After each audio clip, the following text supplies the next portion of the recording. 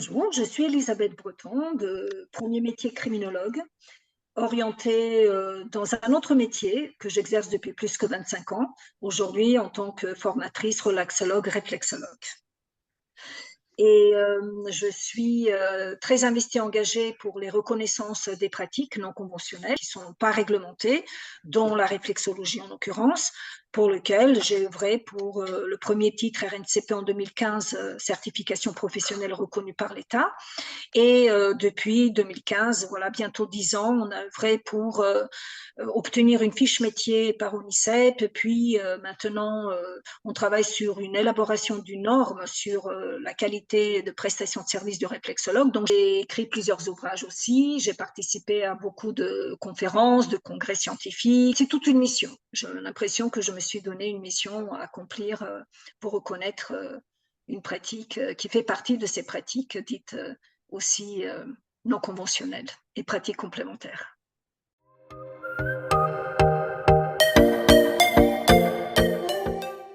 Alors, dans la continuité, mon parcours, comme je dis, et souvent les autres me le disent, est très atypique.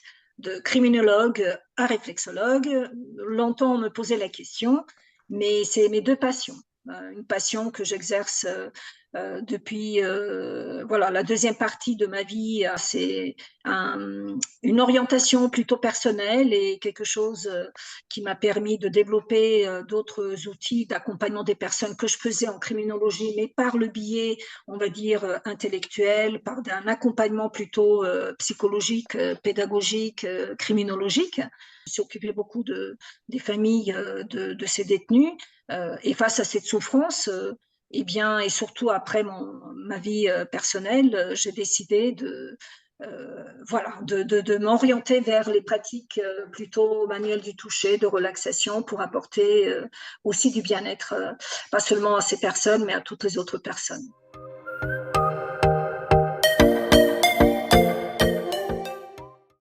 Depuis donc 25 ans que j'exerce le métier de réflexologue. Pendant tout ce temps, il faut dire qu'en France, on n'avait pas des organisations professionnelles ou des structures professionnelles institutionnelles qui essayaient d'aider ces pratiques non réglementées. Et quand j'ai découvert la MCA, c'était tout au début de sa création. J'ai tout de suite adhéré parce qu'elle visait vraiment ce que nous, on recherchait, les praticiens de ces pratiques, d'avoir des appuis et une possibilité d'évoluer pour faire connaître ces pratiques au travers d'une structure comme la MCA. Et c'est vrai que depuis le début, je me suis donnée, engagée, investie. Je remercie beaucoup Véronique Suiza qui, à l'époque, m'a fait confiance.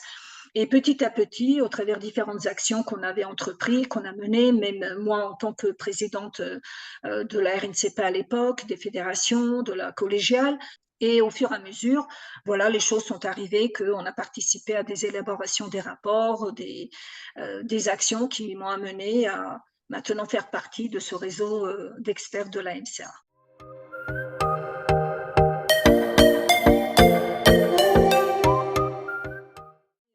Basculant de criminologie vers la réflexologie.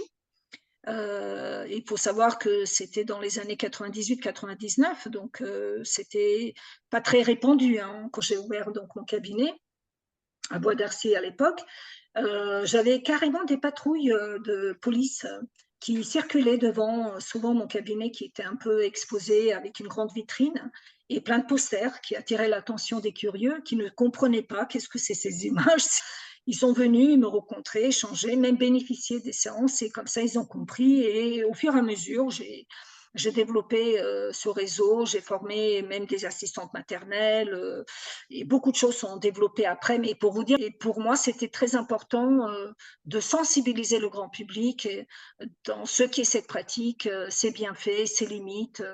Et voilà, toutes ces années, c'est toujours mon même combat que je mène, mais avec plus de connaissances maintenant sur la réflexologie par le grand public.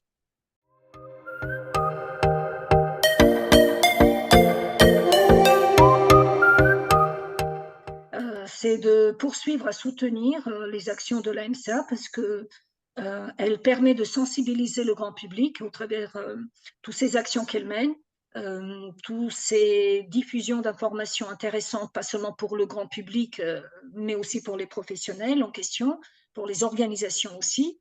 par rapport à toutes les fiches d'activité présentées, ces différentes pratiques. C'est un très, très gros travail qui a été fait et même nous, les professionnels, moi je parle aussi en tant que praticien et en tant que formatrice, ça nous a permis, de mieux encadrer aussi notre parcours de présentation et ce sont des soutiens inestimables et qu'il faut que le grand public continue à bénéficier de tous ces rapports, de toutes ces diffusions d'informations que la MCA le fait régulièrement depuis ces dernières années, pour le bien justement de ces pratiques, pour le bien des usagers, pour le bien de notre santé, de notre bien-être.